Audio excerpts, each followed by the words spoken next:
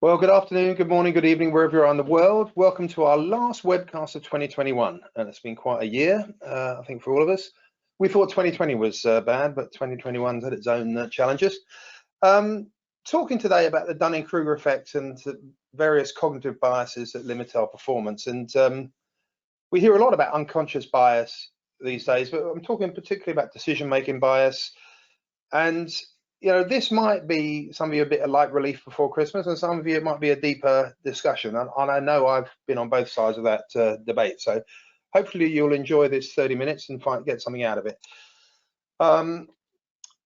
My name's Dan French. I'm founder and CEO at Consider Solutions, and unusually I'm delivering this in person alone. I'm the miserable looking one on the left. My mother said I had a face that only a mother could love, but there you go. I've got to live with that. The other folks to the right, you will learn about as we talk through the next 20 minutes. But I'm using a lot of their thoughts as I go through this, as well as my own experiences. So this is a 30-minute session. I hope you find it useful, and do ask questions as we go through. So there's a question panel on your GoToWebinar interface. This is kind of thought-provoking, so it may just be kind of fairly random questions. You may have no questions at all. You may have a feeling you know all this. I have to say, for the 3 or 4 years I've been looking at this, I learn something new every week. So hopefully none of us are so fully informed we don't need to be part of the discussion. So the first thing I realized when looking at this, and for a long time in my life, I've often wondered why you set off a chain of events, and particularly in business, but it happens in your personal life. You set off a chain of events, or you have a program or project you're trying to do, and you think you're going in a particular direction. And after a while, you realize some things are happening you weren't expecting. And in some respects, you're not achieving the real goals you set out for. And I used to regard those as unintended consequences. And certainly there are unintended consequences of a lot of things we do. But it's deeper than that. And it's worth thinking about, if every time you set anything in train, whether individually or as a leader, everything goes in the right direction, then you should be given this webcast because I've never met anybody that does. Life is a bit more complicated than that.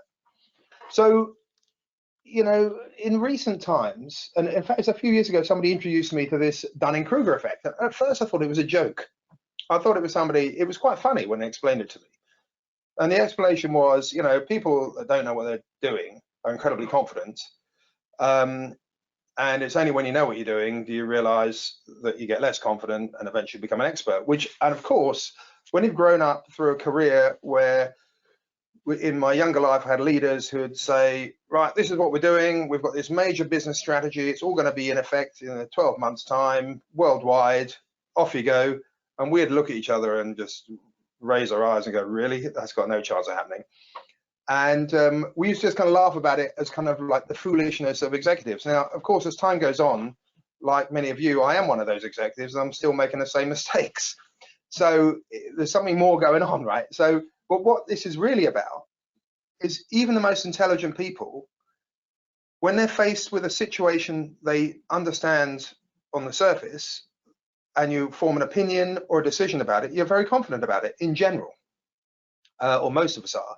And when you dig into the detail of implementing that decision or trying to, dig deep into that opinion, you realize actually it's a bit more nuanced, a bit more complex, and your confidence in your opinion and decision go down significantly.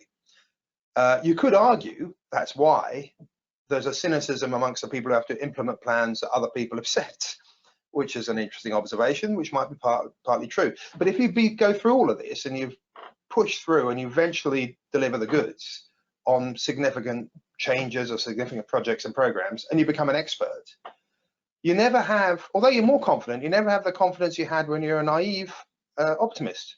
It's kind of interesting, right? It's really, really interesting, which tells us that the real experts, and you know this as well, when you speak to a real expert in any domain, and you ask them a deep question about the topic, they will rarely give you a simple answer. Normally they'll say, it depends. It's complicated. What are you really aiming for? These are the outcomes you could get. These are the influencing factors, but they very rarely give you a simple answer. So you could argue, you could work the other way around and just talk to people, and the people who can't give you an answer might be the experts, but that gets a bit complicated. Now, you might wonder what that watermelon's doing on the right-hand side. This kind of cognitive bias, this Dunning-Kruger effect, is really, really prevalent right now with our love affair with KPIs, key performance indicators. The idea being, if you can't manage what you can't measure, so measure it and you'll be able to manage it better. Well, there's another Dunning-Kruger effect, massive simplification, and actually it doesn't actually make sense. But there's a grain of truth in it, but there's more to be done. So the idea of the watermelon effect, I was talking to one of our customers who said to me, you know what's weird is we've got all these KPIs, we've got dozens of KPIs, more KPIs than we need or should have, but they're all flagged up as green on our executive dashboards. But we've got these things green, but I can tell you our customers and suppliers and our employees aren't happy. So really they're red, but for some reason the KPIs are green. It doesn't make sense. So this idea of when you dig into a KPI that sort of says we're meeting our target, and you realize the core outcomes aren't really getting there. That's the idea of the watermelon effect, which I quite like. So you might want to use that in your own discussions.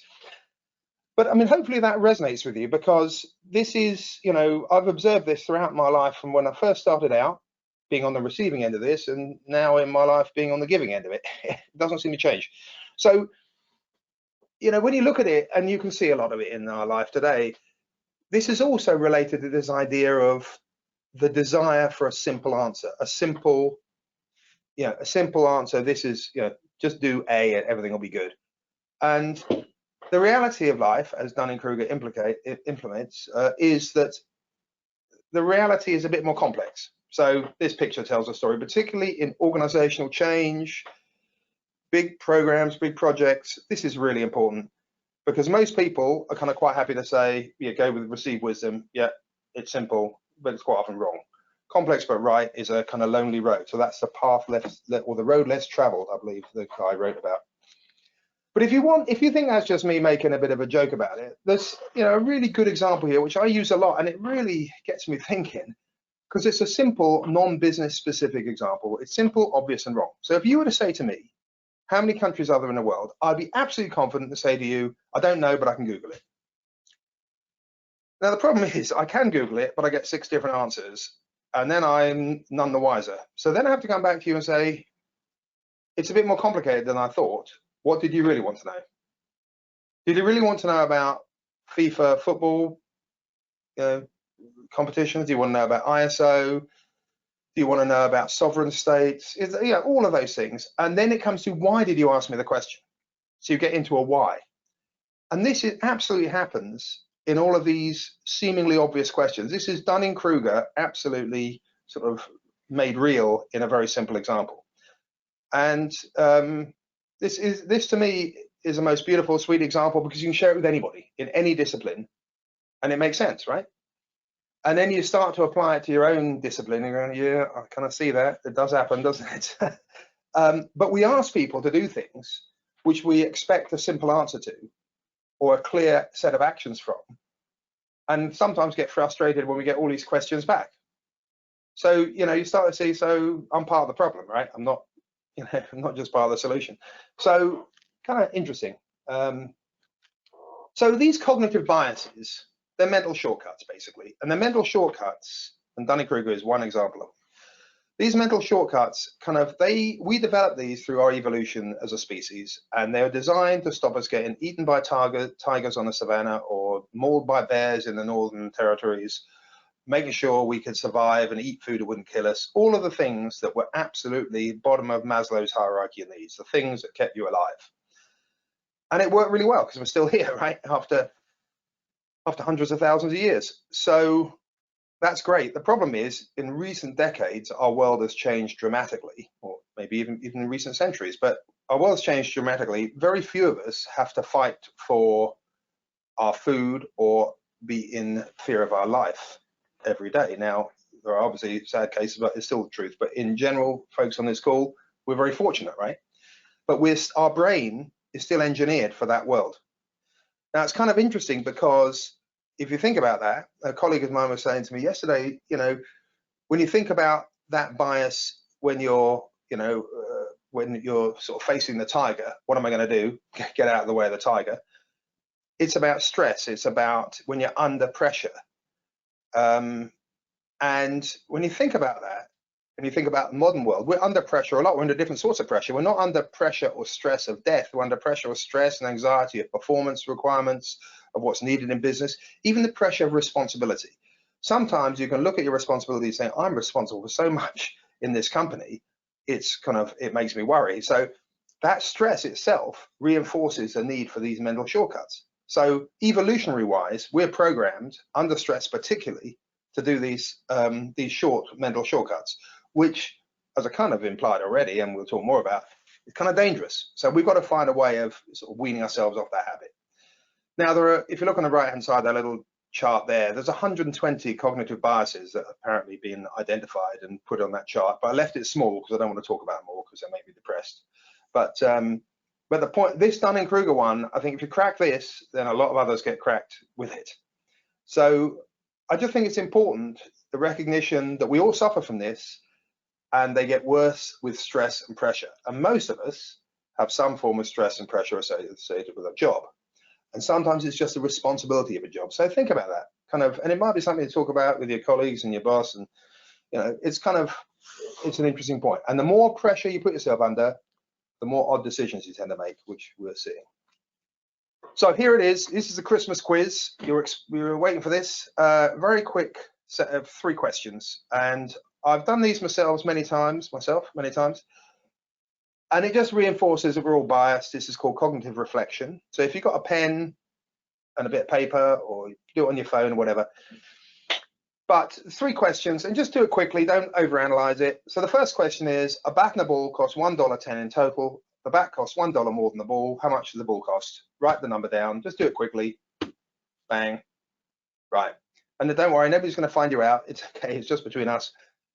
Right. Number 2. If it takes 5 machines 5 minutes to make 5 widgets, how long would it take 100 machines to make 100 widgets? How many minutes? Just write it down what you think that is.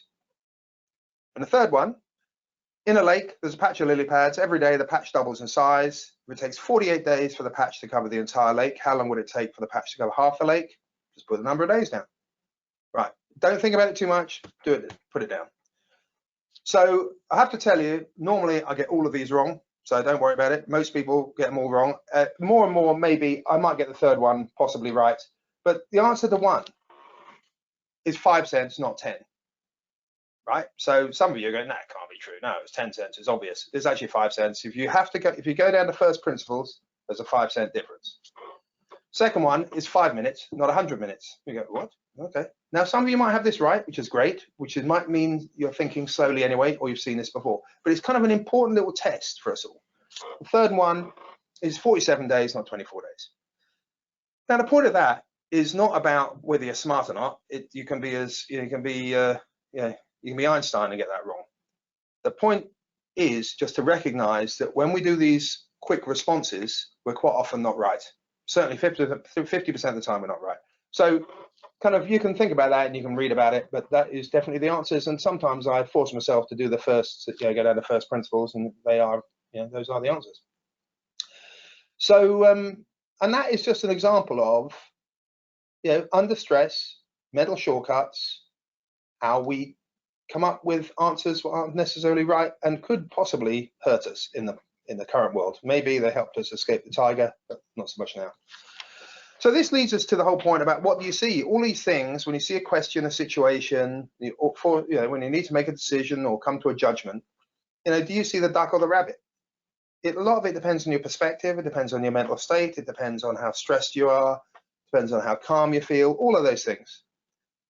And it's kind of just important to be aware of. It's not about being right all the time. It's just being aware of the fact that we're often challenged in ways we're not always expected to be challenged. We're challenged by our own mental habits, which by and large are a form of evolution as a result of evolution, but we can also affect them and change them. So when you think about our reasoning about how do I make decisions, and it's quite common, and I know I suffer from this, and I know most people do, we judge ourselves by different standards than we judge other people, which is kind of an interesting point as well. We think we know ourselves well, so we know what our kind of intentions are. But it's kind of a bit of an unreasonable comparison. But generally speaking, we tend to regard ourselves as, trying to do the right things with the right reasoning. But if you, in general, if you use the right reasoning and get a good outcome, you feel good about it. But actually, quite often, we feel if the outcome is good, we feel good about it anyway. Even if we use the wrong reasoning and we got a good outcome, which is actually just luck, we tend to think, oh, that's good. So we reinforce that behavior, which ain't great at all. But if we've got the right reasoning and we get a bad outcome, which is perfectly reasonable, it's just bad luck. That does happen. And, reasoning isn't, it doesn't mean you've got perfect sort of vision into the future. But if you've got the wrong reasoning, which is generally wrong reasoning is the root cause of a lot of things, a wrong reasoning, bad outcome, that's just a mistake, and you've got to get back to first principles. But if you apply that to yourself and then apply that to folks you work with and people who work for you, you might take a slightly different approach if you're honest with yourself and go, okay, that's interesting. So opportunity maybe to clear our minds a bit. So I talked about the 125 or whatever there are cognitive biases. I'm not going to go through all of them, but here's another 11 which I think are very relevant. You can read this as easy as I can, you probably know about them, but there's some interesting stuff here. I mean, I think we all know about confirmation bias. Anything that supports what you already believe tends to be overly weighted, and that has all sorts of problems. And we see a lot of it in society, but you see it in business as well. And it's dangerous in business because we're talking about, a lot of people, livelihoods, money, everything else focused on things. We've got to be really sure we're right. Some of these are pretty clear. I think hindsight bias is interesting. I knew it all along. Of course, you only knew it all along when you realize when something goes wrong and it was somebody else's fault, right? So there's some interesting things here. Anchoring bias, I'm fascinated by. If you go and buy a house or a car or any expensive piece of capital equipment, you ask about the price. You go, wow, that's way out of order. That price is ridiculous. And then once you've got it in your head, and then they say, well, under these situations, you can have it for a bit less. All of a sudden, 10% off a ridiculous price suddenly seems perfectly reasonable. Or it's no more or less reasonable than it was before you heard the first price. Because it's interesting, isn't it? How we behave. Status quo, particularly in business, a status quo bias. When you're trying to drive change, we all have a natural preference to keep things in the current state. Again, it goes back to the, savannah. You didn't want to. If you didn't have to leave your cave and you could stay there and not have to fight a different set of animals, you'd be better off. So we are programmed to try to keep things in the current state. And that is what we deal with as professionals a lot. So it's a little bit of fun, but you can think about it as well. I mean, you could probably have a Christmas, on your Christmas dinner, you probably have a kind of party game around all this, but it's probably quite funny.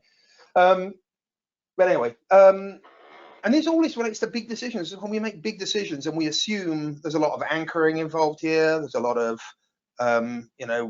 the kind of the ego associated with a big decision, which we will invest in for 2 to 3 years. This is maybe this red line here, the strategic initiative. After 3 years, it will deliver value and it will go off into the sky and we will do so well. And we're proud of the whole principle of that. But we haven't actually delivered anything yet. And we're going to deliver it. We're going to start getting positive territory in 3 years. Whereas we need to think, if we're going to really drive effective change, we need to think about these Pareto projects, things where we can deliver 80% of the value for 20% or less of the effort, cost, and cycle time.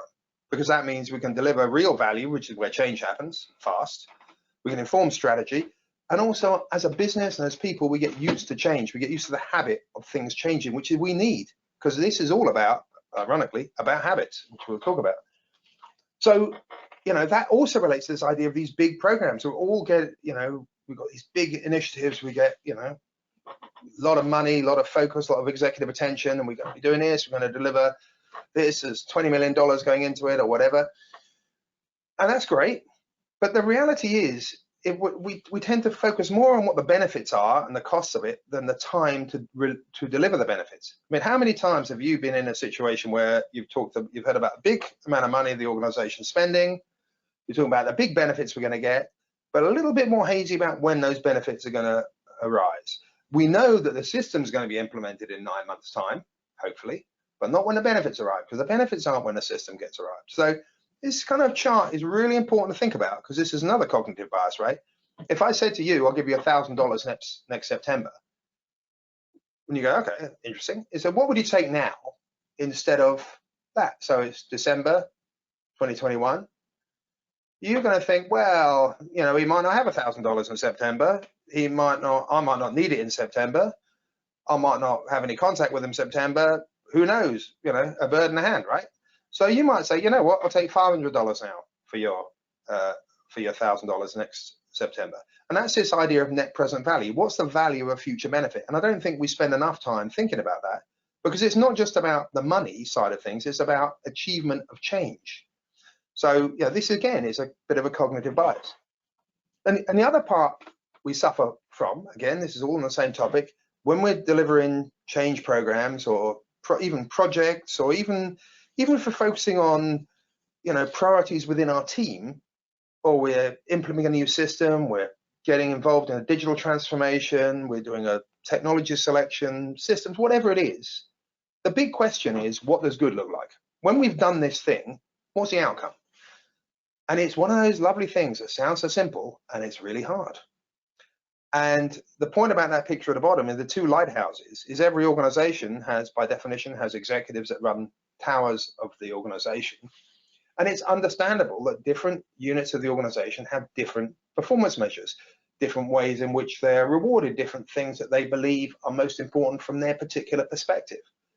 And our goal in developing what does good look like, particularly in this cross-functional end-to-end process world we're in, is how do I bring those lighthouses together? Because I need to have what good looks like for both lighthouses, not just for one of them, because otherwise I'm not making massive impact. It's kind of interesting. And you know, that again is another form of the old cognitive bias, and quite often we fall back into, that's too hard, I'll just stick to one of them.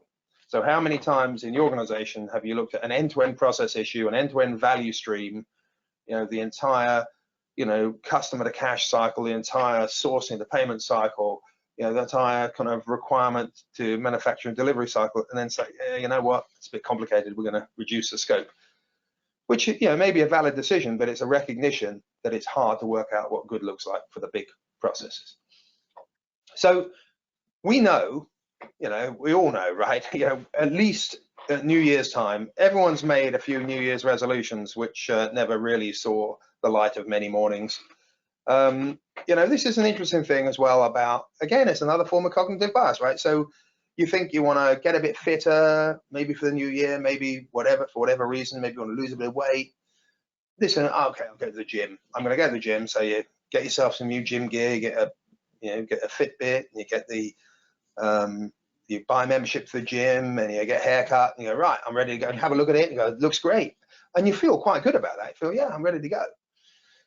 But nothing's happened. Nothing towards your goal has actually happened yet.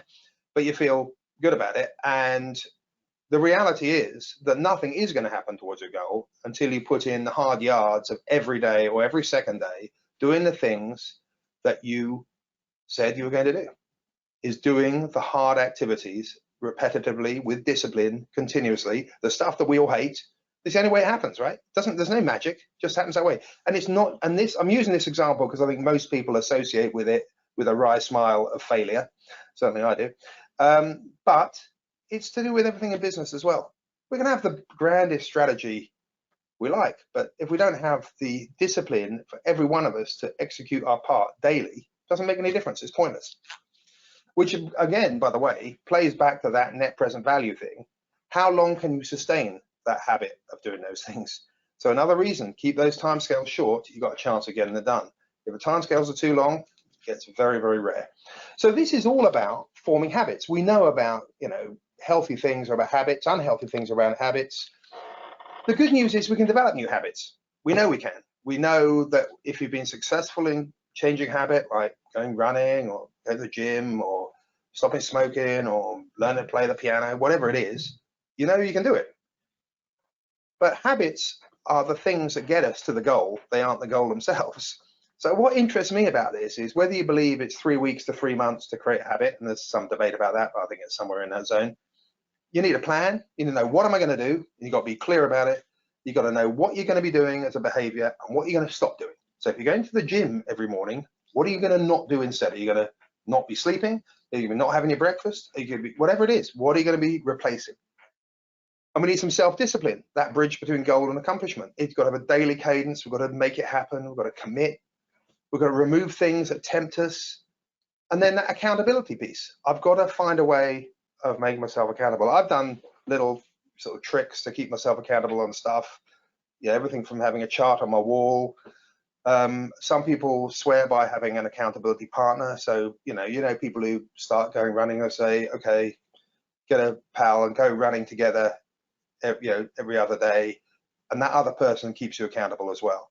That can happen at work as well, and it's worth thinking about if that helps you. So it all sounds very unpleasant, right?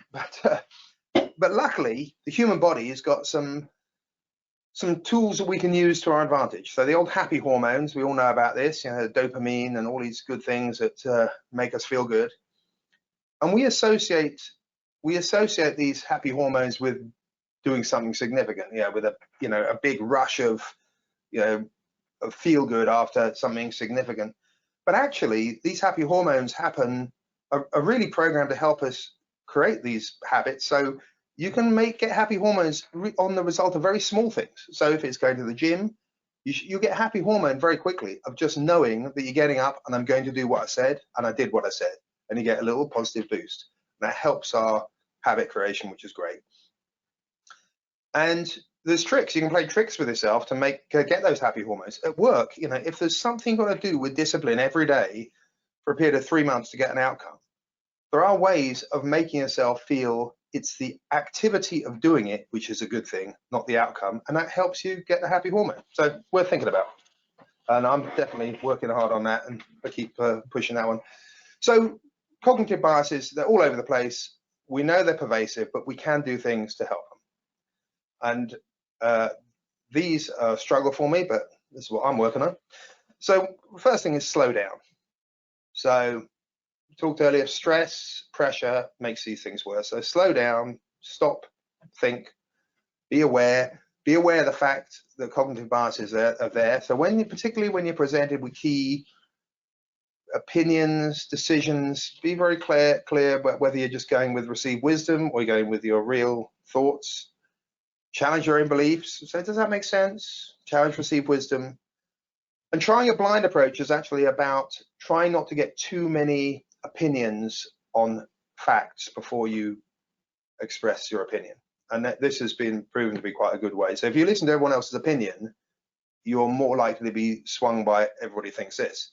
So try and get everybody, if you're in a group, try and get everyone to think about the facts and then express their opinions rather than do it in the traditional way. Now, I do like this. This came from an article in Harvard Business Review about disagreements, actually, but I really like it. And the lady Sabina Nawaz, it's a very good article. I recommend you read it. How to Foster Healthy Disagreement in Meetings. And she comes up with this idea about inviting multiple interpretations. And to me, this is a big part of breaking down cognitive biases. So anyway, pretty obvious. Just, get everyone to get their own interpretation to complexity. So there's no quick fixes or easy hacks. We constantly led to believe by marketing and just because it's nice to believe if we do one big thing, it'll make all the difference. It just doesn't. There's no evidence on the earth that is true. You've got to put a lot of effort in, and everyone involved's got to put the effort in, and it's disciplined, and there aren't any easy answers. The good news is that unpleasant trough in the middle, which is hard to be in, is what gets you to the good place. So when you're in there, developing that experience and saying, this is way harder than I expected, just give yourself some happy hormones and say, I'm on the way to the best place there is, which is expertise and knowledge and know-how. So I've talked a bit about, I've given you some thoughts about this. There's a bonus point for the Christmas quiz. Who are these guys? They're marvelous looking items of humanity. And if you probably worked that out already. And if you haven't, the one on the right is Daniel Kahneman. A lot of this is articulated in his book, Thinking Fast and Slow. I recommend you read it. If you're interested in this, get the audio book or whatever. It really does help you get your head around all these things. And I think it helps you make better decisions and probably work better in teams. And it certainly is going to make us more successful, having more focus on doing things that are thought out rather than just natural reactions. So we've had 30 minutes of me rambling on, and you haven't asked any questions. So you probably haven't got any questions to ask, because it's really not a topic to question, it's a topic to think about. But I wanted to do this in a different style to the way we normally do it. It's coming up to Christmas, coming up to year end. There's some stresses associated with year end and all of the, you know, the crash of 2021 meeting 2022, all of your personal responsibilities and everything going on at Christmas. But you know, all this stuff we talked about isn't just about making ourselves more effective in 2022. It's also helping us, you know, it's helping us be better as individuals. So I do have some questions because I've just sparked some people up into so here, it's not, well, it's an assertion, not a question, but the most common cognitive bias is a halo effect. Yeah, I mean, so the halo effect is, so thank you.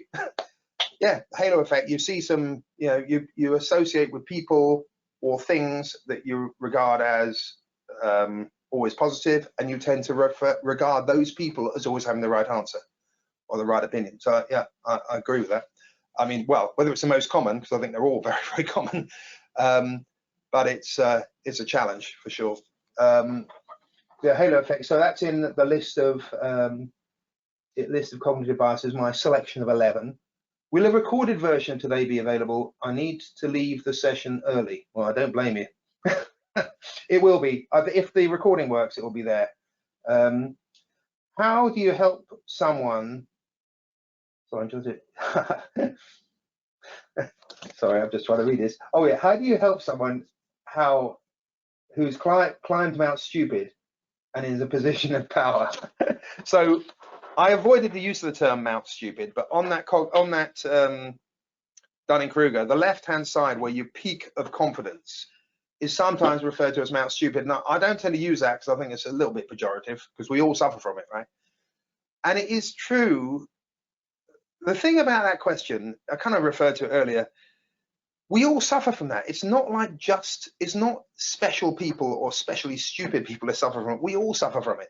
And I think the biggest answer or biggest insight for us all is to recognize we all get there, and we are all there at times. And it makes you a bit more forgiving of other people who are there. So I think the way of dealing with your question is to say, yeah, understand your point of view. Can we take, so let's get a discussion around it. Let's take some, you know, is that received wisdom or is it our experience? Can we take some different viewpoints? I'm concerned that the stuff we deal with in our world is really complex. It's very nuanced. It ain't easy, but I think there are ways of encouraging those people, and bearing in mind stress has a big effect on this. Take that leader out in a one-to-one point and have a conversation with them about, could there be any other explanation? Don't do it in a group, because that's very stressful for leaders to have the finger pointed at them in a group. But it's a great question. So we see somebody on the left-hand side, how do you deal with that issue? You know, one of the things I suggest is build that Dunning-Kruger curve into your internal communications at work, because little by little, it'll go from your group to your peers to your leaders, and people start to understand it. So I appreciate your time. I hope you found it useful, because this is, I have to say, I think it's a really, really important topic. In all of the big change and transformation things we talk about, this is right in the center of it all. So yeah, I hope you found it useful, and I wish you a great day for the rest of your day, and great rest of December. Happy Christmas, Happy New Year, and hope to see you all in 2022. Thanks a lot.